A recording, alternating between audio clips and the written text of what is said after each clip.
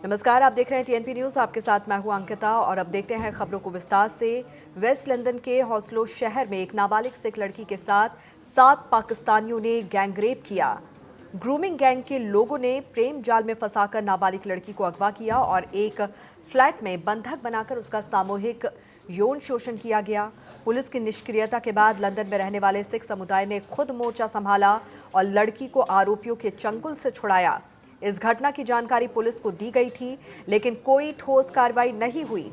इसके बाद आरोपी के फ्लैट के बाहर 200 से अधिक सिख इकट्ठा हो गए। कई घंटों के भारी हंगामे और घेराबंदी के बाद प्रदर्शनकारियों ने फ्लैट के भीतर घुसकर लड़की को सुरक्षित बाहर निकाला।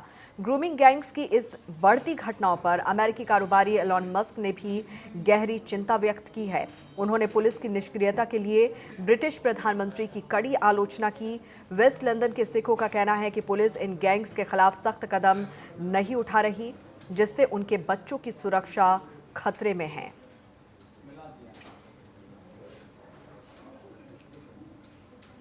पीएम नरेंद्र मोदी ने दिल्ली में केंद्रीय मंत्री एल मुरुगन के आवास पर पोंगल समारोह में हिस्सा लिया। उन्होंने यहां गौ सेवा भी की। इससे पहले पीएम ने मकर संक्रांति, भोगाली, बिहू और पोंगल के अवसर पर देशवासियों को शुभकामनाएं दी और पोंगल को तमिल परंपराओं की समृद्धि का प्रतीक बताया। उन्होंने कार्यक्रम को संबोधित किया और कहा कि ये पर्व आप सबके साथ मनाना सौभाग्य की बात है। प्रधानमंत्री ने कहा कि फसल से जुड़ा ये पर्व आशा, सकारात्मकता और कृतज्ञता के प्रतीक है। ये पर्व खासतौर पर किसानों के प्रति आभार प्रकट करने का अवसर है, जो अपनी मेहनत से पूरे देश का पोषण करते हैं। उन्होंने सभी नागरिकों के लिए शांति, अच्छे स्वास्थ्य और सफलता की कामना की। तमिल भाई बहनों को पोंगल की और सभी पर्वों की बहुत बहुत शुभकामनाएं देता हूं। साथियों, वैसे मेरे लिए ये भी बहुत सुखद रहा है कि पिछले वर्ष मुझे तमिल संस्कृति से जुड़े कई कार्यक्रमों में शामिल होने का अवसर मिला। मैंने तमिलनाडु में 1000 साल पुराने गंगईकोंडा चोलापुरम मंदिर में पूजा की।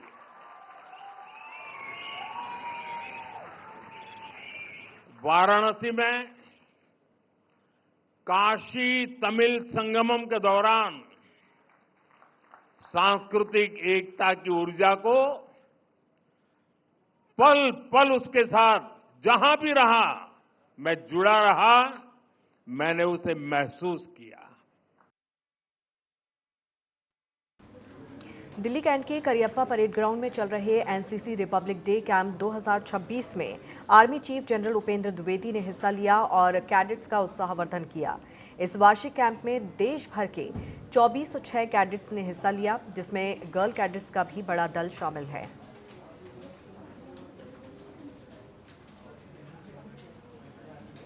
बीजेपी सांसद रविशंकर प्रसाद के नई दिल्ली स्थित आवास पर आग लग गई। आग की सूचना पर तत्काल फायर ब्रिगेड और फॉरेंसिक टीम पहुंची। फायर ब्रिगेड कर्मियों ने बिना किसी बड़े नुकसान के आग पर काबू पा लिया।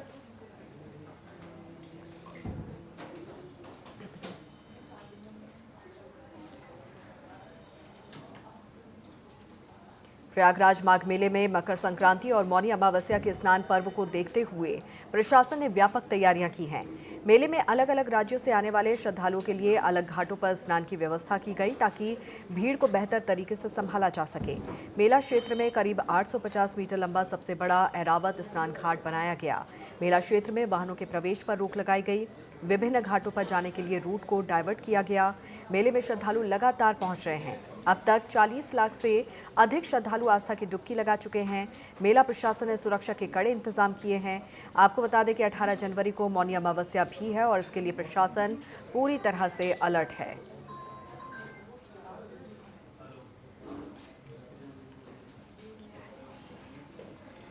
तो 40 लाख से ज्यादा श्रद्धालु अब तक आस्था की डुबकी लगा चुके हैं। माघ मेले में स्नान पर्वों को लेकर प्रशासन पूरी तरह से अलर्ट नजर आ रहा है। अभी भी भारी तादाद में श्रद्धालुओं के पहुंचने का सिलसिला जारी है। रावत घाट बना मेले क्षेत्र का सबसे बड़ा स्नान घाट और अब तक 40 लाख से ज़्यादा श्रद्धालुओं ने आस्था की डुबकी लगाई है और लोगों की भारी भीड़ को देखते हुए प्रशासन भी पूरी तरह से सजग है। सुरक्षा के व्यापक इंतजाम किए गए हैं ताकि किसी भी तरह की दिक्कत परेशानी ना हो। और प्रयागराज से हमारे संवाददाता पवन पटेल इस वक्त हमारे साथ जुड़े हैं। सीधे रुक कर लेते हैं पवन का। पवन, अब तक 40 लाख से ज़्यादा श्रद्धालु आस्था की डुबकी लगा चुके हैं और ऐसे में लग रहा है कि अभी आने वाले वक्त में ये संख्या जो है वो और भी ज़्यादा बढ़ जाएगी। बिल्कुल अंकिता, देखिए प्रयागराज में बीते 3 जनवरी से पौष पूर्णिमा पर्व के तहत माघ मेला 2026 की भव्य शुरुआत आगामी कल जनवरी को मकर संक्रांति का स्नान पर्व। ऐसे इस दूसरे स्नान पर्व पर देश विदेश के कोने कोने से बड़ी संख्या में श्रद्धालुओं के आने की संभावना है। हालांकि प्रशासन द्वारा ये अनुमान लगाया है कि करीब 1.5 से 2 करोड़ श्रद्धालु गंगा यमुना अदृश्य त्रिवेणी के संगम में पवित्र धारा में आस्था और पुण्य की डुबकी लगाएंगे। अगर हम आज की मौजूदा तस्वीरों की बात करें तो अभी तक करीब 40 से 50 लाख के बीच में श्रद्धालुओं ने गंगा की पवित्र धारा में आस्था की डुबकी लगाई है। ऐसे में बड़ी संख्या श्रद्धालुओं की लगातार संगम तट की ओर जाती हुई नजर आ रही है। हालांकि प्रशासन द्वारा, मेला प्रशासन द्वारा सुरक्षा के वो तमाम इंतजाम किए गए हैं जिससे श्रद्धालुओं की सुगमता को लेकर, उनकी सुरक्षा को लेकर, अन्य व्यवस्था को लेकर किसी भी तरह की कोई परेशानी ना हो। हालांकि इन तैयारियों का जायजा लेने के लिए बीते दिन पूर्व प्रदेश के मुख्यमंत्री योगी आदित्यनाथ प्रयागराज आए थे, जहां पर उन्होंने विधि विधान से गंगा पूजन किया था। हालांकि उन्होंने गंगा में पवित्र धारा में आस्था की डुबकी भी लगाई थी। उसके बाद उन्होंने अधिकारियों के साथ समीक्षा बैठक की थी, जहां पर उन्होंने अधिकारियों को साफ तौर पर निर्देशित किया कि आगामी स्नान पर्वों पर किसी भी तरह की कोई परेशानी, कोई समस्या न होने पाए। और ये पहली बार है कि इस बार माघ मेले का विस्तार किया गया है। माघ मेले में सेक्टर बढ़ाए गए हैं और सबसे अहम ये भी है कि इस वर्ष का जो माघ मेला है वो बीते वर्ष प्रयागराज में संपन्न हुए महाकुंभ की तर्ज पर कराया जा रहा है। मतलब वो तमाम व्यवस्थाएं जो महाकुंभ के दौरान, तमाम जो आधुनिक व्यवस्थाएं देखने को मिली थी, वो एक बार फिर से प्रयागराज के माघ मेले में लगाई गई हैं। चाहे वो AI तकनीक की बात की जाए, अंडर वाटर डोम की बात की जाए, ATS कमांडो की बात की जाए, जगह जगह पुलिस की टीमें लगी हैं, RAF के जवान तैनात किए गए हैं। तो ऐसे में इस माघ मेले में देश विदेश के कोने कोने से बड़ी संख्या में श्रद्धालु गंगा यमुना और अदृश्य त्रिवेणी की धारा में पुण्य और आस्था की डुबकी लगाएंगे। और एक बार फिर से प्रयागराज के संगम तट पर लगातार श्रद्धालुओं का जो आगमन है जो देखने को मिल रहा है। और अब हम तस्वीरें दिखाएंगे और ये खास तस्वीरें देखिए किस तरीके से लोग लगातार संगम तट की ओर जाते हुए नजर आ रहे हैं। सर पर आस्था की झंडी लेकर हर कोई पुण्य की डुबकी लगा। बिल्कुल, और अभी भी श्रद्धालुओं का पहुंचने का जो सिलसिला है वो जारी है और ऐसे में प्रशासन भी पूरी तरह से मुस्तैद है। बहुत बहुत शुक्रिया पवन इस तमाम जानकारी के लिए। कांग्रेस सांसद राहुल गांधी के अयोध्या दौरे को लेकर चल रही चर्चाओं पर केंद्रीय मंत्री गिरिराज सिंह का बयान सामने आया है, जहां उन्होंने कहा कि अगर राहुल गांधी राम मंदिर जा रहे हैं तो इसमें वो भगवान राम पर कौन सा एहसान करने जा रहे हैं। उन्हें ये समझ होनी चाहिए कि मंदिर जाकर आशीर्वाद लिया जाता है, ना कि राजनीतिक संदेश दिया जाता है। मंदिर जा रहे हैं तो कौन उपकार कर रहे हैं राम भगवान पर। उनको सद्बुद्धि आए कि राम भगवान से आशीर्वाद ले लें। जो भारत को भारत माता समझे, विदेश में जाके अपनी माता को गाली ना दें भारत माता को, ये उनको सद्बुद्धि होगा अगर चले जाएंगे। पटना से केंद्रीय मंत्री गिरिराज सिंह ने ममता बनर्जी पर निशाना साधा है। उन्होंने कहा कि ममता बनर्जी पहले ये स्पष्ट करें कि वो कौन सा काला चिट्ठा ईडी को नहीं देना चाहती थी। इसके साथ ही उन्होंने ये भी कहा कि बंगाल को बांग्लादेश बनाने की कोशिश कर रही हैं वो। ये झूठ फूट सब आरोप लगाना, पहले ये तो बता दे ममता बनर्जी, कौन सा काला चिट्ठा का वो बैग था जो ईडी से छुपा करके नहीं देना चाहती थी। ये चोरी और सीनाजोरी वाली है। ये बांग्लादेशियों के बल पे बंगाल को बांग्लादेश बनाना चाहती है।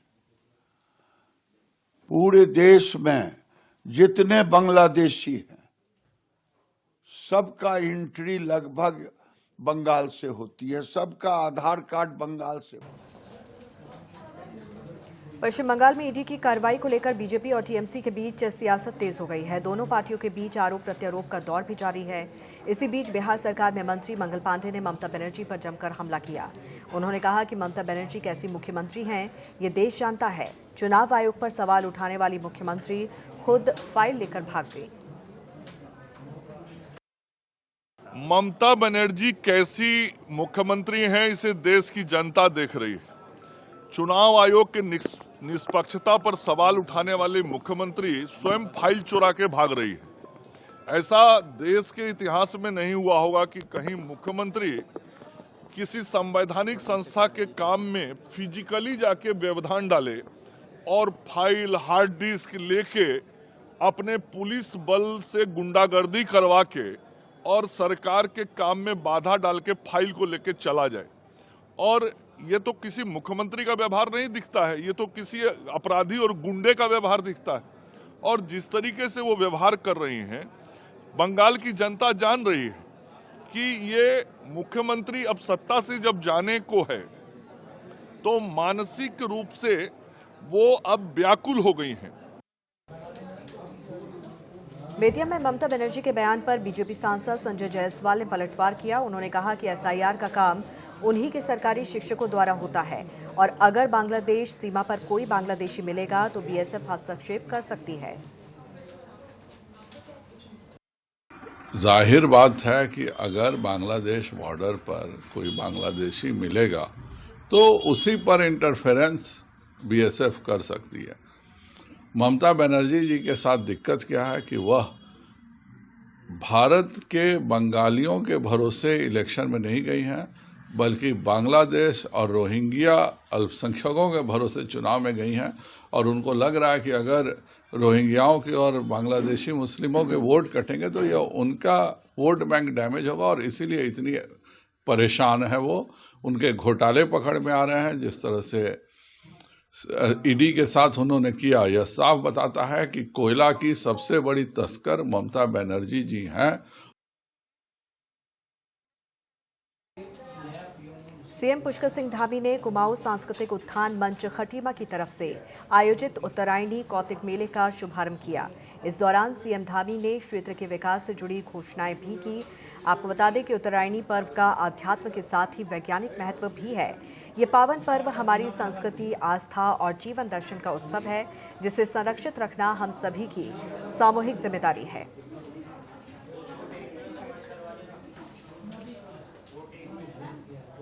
जयपुर में मकर संक्रांति के अवसर पर आयोजित काइट फेस्टिवल में मुख्यमंत्री भजनलाल शर्मा शामिल हुए। इस दौरान उप मुख्यमंत्री दिया कुमारी भी उनके साथ मौजूद रही। मुख्यमंत्री ने पतंग उड़ाकर लोगों को मकर संक्रांति की शुभकामनाएं दी।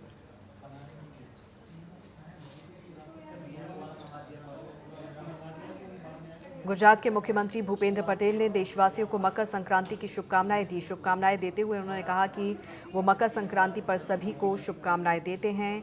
पतंगों के इस त्योहार पर आसमान में उड़ती पतंगें सभी के लिए सफलता लेकर आए। आज मकर संक्रांति અને મકર સંક્રાંતિની દરેક જણને ખૂબ ખૂબ શુભેચ્છાઓ। આજે 14 જાન્યુઆરી પતંગોત્સવ અને પતંગોત્સવમાં જેમ દરેક જણ પોતાનો પતંગ આકાશમાં ઉપર જાય છે એવી રીતે દરેકના જીવનમાં ઉન્નતિ આવે, સુખ શાંતિ અને સમૃદ્ધિ વધે એવી દરેક જણને ખૂબ શુભેચ્છાઓ, શુભકામનાઓ। और यहाँ रुकेंगे छोटे से ब्रेक के लिए। जल्द हाजिर होंगे, जुड़े रहिए टीएनपी न्यूज के साथ। और ब्रेक के बाद खबरों में आगे बढ़ते हैं। दिल्ली में बीजेपी सांसद बांसुरी स्वराज ने मकर संक्रांति, बिहू, पोंगल की शुभकामनाएं दी। उन्होंने कहा कि ये पर्व देश को एकता के सूत्र में बांधते हैं। आप सभी को मकर संक्रांति, लोहड़ी, माघ बिहू और पोंगल के महापर्व की बहुत बहुत बधाई। ये एक ऐसा पर्व है जो पूरे राष्ट्र को एकता के सूत्र में बांधता है। आज यशस्वी प्रधानमंत्री श्री नरेंद्र मोदी जी आज आए माननीय DL मुरुगन जी के आवास पर पोंगल की सेलिब्रेशन के लिए, और जैसा उन्होंने कहा कि ये वो पर्व है जो धरती माँ की कृपा का पर्व है, ये अन्नदाता की मेहनत का पर्व है, ये सूर्य नारायण की कृपा का पर्व है। और एक संदेश उन्होंने देश के युवाओं के लिए भी दिया, देश की जनता के लिए भी दिया कि जहां प्रकृति हमारा ख्याल रखती है, हम सब पर भी दायित्व है कि हम भी बढ़ चढ़कर प्रकृति का ख्याल रखें। तो ये मूल मंत्र आज आत्मसात कर यहां से जा रही हूं। पुनः आपको इस महापर्व की बहुत बहुत शुभकामनाएं। वहीं दिल्ली में केंद्रीय नागरिक उड्डयन मंत्री राममोहन नायडू ने कहा कि आज पूरे देश में पोंगल, संक्रांति और बिहू जैसे पर्व मनाए जा रहे हैं जो भारत की सांस्कृतिक विविधता को दर्शाते हैं। It is a very important day for the whole of India, where different cultures are celebrating this Pongal, Sankranti, Bihu and this festival today. And I would like to wish all of them my best wishes, especially for Makar Sankranti, where Telugu people are also celebrating. And today in Delhi, at Murugan, Minister of State, Central Government, we have been celebrating in a special event and the august presence of our Honorable Prime Minister Narendra Modi ji. And you have seen that how our Prime Minister respects and celebrates all the cultures of the country, all the festivals of the country. He gives them all the due respect and all the recognition that the country needs. So it feels very, very special coming from South India, celebrating Pongal with the Prime Minister in Delhi. And also for the people, Telugu people and the community also, it is a great celebration for all of us. Navi Mumbai महानगर पालिका चुनाव को लेकर प्रशासन ने सभी तैयारियां पूरी कर ली हैं। महानगर पालिका क्षेत्र के 28 प्रभागों में बहुसदस्यीय पैनल पद्धति से चुनाव करवाए जाएंगे। कुल 9,48,460 मतदाता अपने मताधिकार का प्रयोग करेंगे। चुनाव संचालन के लिए 8 विभागों में चुनाव निर्णय अधिकारियों के कार्यालय स्थापित किए गए हैं, जहां से चुनाव सामग्री का वितरण किया जाएगा। मतदान के लिए 185 स्थानों पर कुल 1148 मतदान केंद्र बनाए गए हैं।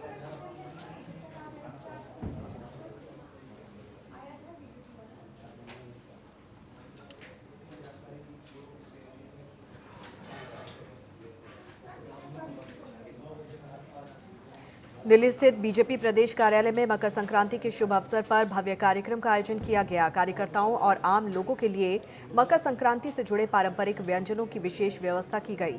कार्यक्रम में उत्साह और उल्लास साफ नजर आया। इस अवसर पर मुख्यमंत्री रेखा गुप्ता, दिल्ली बीजेपी प्रदेश अध्यक्ष वीरेंद्र सचदेवा, वरिष्ठ नेता नितिन नवीन और सांसद मनोज तिवारी मौजूद रहे।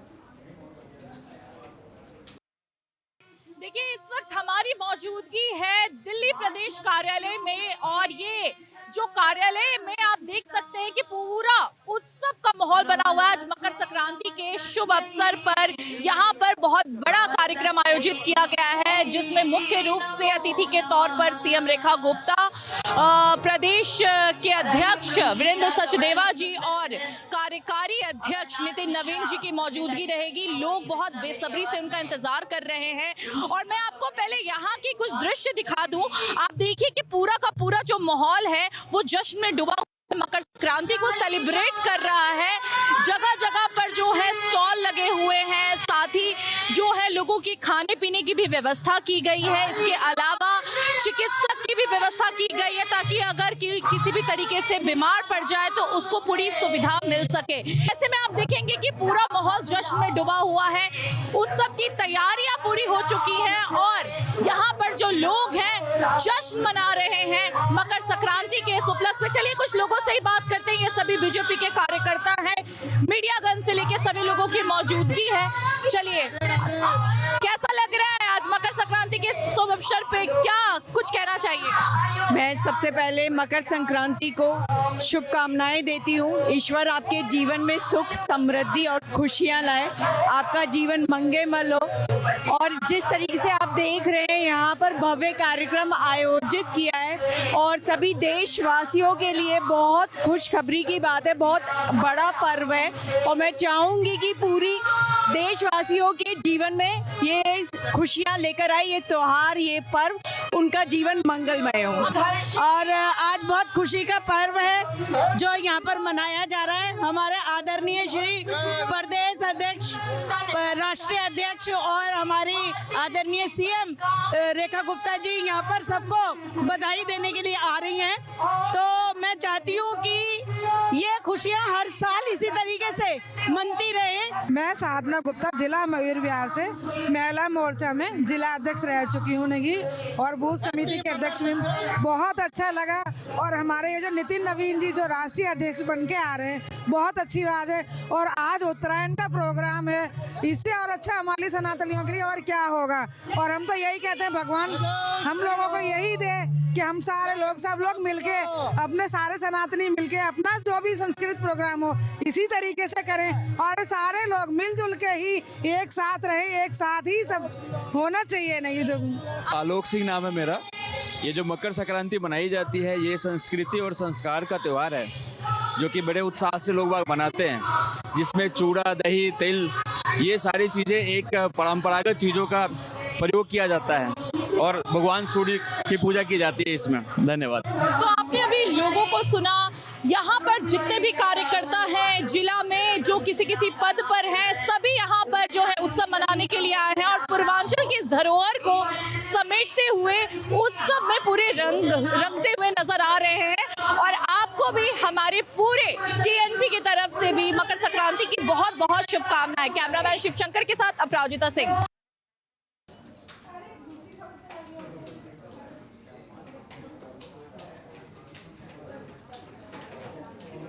पश्चिम बंगाल के हुगली में औद्योगिकीकरण पर केंद्रीय मंत्री सुकांत मजूमदार का बयान सामने आया। उन्होंने कहा कि पश्चिम बंगाल में औद्योगिकीकरण खत्म हो गया है, हम राज्य में औद्योगिकीकरण को वापस लाएंगे। बंगाल की जो शिल्प संभावना है, इंडस्ट्रियलाइजेशन है, ये सारा खत्म हो चुका है। हम उस टाटा को इस सिंदूर की मिट्टी में वापस लाएंगे। ममता बनर्जी ने एसआईआर को बंद करने के लिए बंगाल में डिफ्रेंचाइजमेंट हो जाएगा, सीनियर सिटीजन को परेशानी हो रही है, ज्ञानेश कुमार को पत्र लिखा है। आप क्या नहीं, वो तो डर रही है, डरना स्वाभाविक है। 109 सीटों पर देखा जा रहा है कि ऑलरेडी वो जो 48 लाख जितना भी हो, dead voter, shifted voter, double entry सब मिला के 24 लाख डेड वोटर है। ऐसे भी अलग अलग कैटेगरी में देखा जा रहा है। 109 सीटों में ममता बनर्जी ने जितने व्यवधान से जीते थे, उससे ज्यादा वोट एक एक सीट में कट चुका है। सिर्फ आजादी के बाद पहली बार प्रधानमंत्री कार्यालय साउथ ब्लॉक को खाली करने जा रहा है। सूत्रों के मुताबिक प्रधानमंत्री नरेंद्र मोदी का कार्यालय अब साउथ ब्लॉक से शिफ्ट होकर विजय चौक के पास बने सेवा तीर्थ परिसर में स्थानांतरित होगा। ये बदलाव सेंट्रल विस्टा परियोजना के तहत किया जा रहा है। यहाँ पर अत्याधुनिक सुविधाओं से लैस नया पीएमओ तैयार किया गया। नॉर्थ और साउथ ब्लॉक को भविष्य में संग्रहालय के रूप में विकसित किया जाएगा। नमस्कार, आप देख रहे हैं टीएनपी न्यूज और मैं हूं आपके साथ अपराजिता। देखिए, देश की सत्ता के केंद्र से जुड़ी एक बहुत ही बड़ी और ऐतिहासिक खबर सामने आ रही है, जहां प्रधानमंत्री का कार्यालय यानी पीएमओ साउथ ब्लॉक खाली करने जा रहा है। जी हां, मिली जानकारी के मुताबिक 14 जनवरी यानी कि आज के बाद प्रधानमंत्री नरेंद्र मोदी का नया कार्यालय होगा, जो साउथ ब्लॉक से सीधे शिफ्ट होकर के सेवा तीर्थ परिसर में चला जाएगा। नया पीएमओ लगभग तैयार है, बस आखिरी के कुछ काम बचे हुए हैं, वो काम चल रहा है। आपको बता दें कि विजय चौक के पास रायसीना हिल के नीचे सेंट्रल विस्टा प्रोजेक्ट के तहत सेवा तीर्थ परिसर बनाया गया, जिसमें 3 अत्याधुनिक इमारतें हैं, सेवा तीर्थ 1, सेवा तीर्थ 2 और सेवा तीर्थ 3। सेवा तीर्थ 1 में प्रधानमंत्री नरेंद्र मोदी का कार्यालय होगा। सेवा तीर्थ 2 में कैबिनेट सचिवालय, जो पहले ही शिफ्ट हो चुका है, वो होगा। और सेवा तीर्थ 3 में राष्ट्रीय सुरक्षा परिषद सचिवालय यानी एनएसए अजीत डोभाल बैठा करेंगे। देखिए, ये पूरा परिसर सेंट्रल विस्टा परियोजना का हिस्सा है और इस परियोजना के तहत पहले ही नए संसद भवन का निर्माण हो चुका है और मंत्रालय के लिए कर्तव्य भवन तैयार किए गए हैं, जिनमें कई मंत्रालय पहले ही शिफ्ट हो चुके हैं। और आपकी जानकारी के लिए ये भी बता दें कि जो नया पीएमओ तैयार हुआ है, उसका पहले नाम एग्जीक्यूटिव एनक्लेव रखा गया था, लेकिन दिसंबर में इसे बदलकर सेवा तीर्थ परिसर कर दिया गया। अब जो खबर निकल करके सामने आ रही है, सेवा तीर्थ के पास ही प्रधानमंत्री आवास का भी निर्माण चल रहा है। यानी कि अगर ये परिसर बन जाता है, आवास की जो है वो जिसकी तैयारी चल रही है वो अगर बन जाता है, तो 7 लोक कल्याण मार्ग से प्रधानमंत्री निवास शिफ्ट होकर के यहीं आ जाएगा। और लेकिन सबसे ज़रूरी बात यहाँ पर ये है कि आज़ादी के बाद से ही हमने यही देखा है कि प्रधानमंत्री कार्यालय जो है वो साउथ ब्लॉक में ही रहा है, जहाँ पर विदेश और रक्षा मंत्रालय काम करते थे। लेकिन अब साउथ और नॉर्थ ब्लॉक को युगे युगीन भारत संग्रहालय में बदला जाएगा। कैमरामैन शिवशंकर के साथ अपराजिता सिंह की रिपोर्ट। और इसी के साथ इस बुलेटिन में फिलहाल इतना ही। जुड़े रहिए TNP न्यूज़ के साथ। नमस्कार।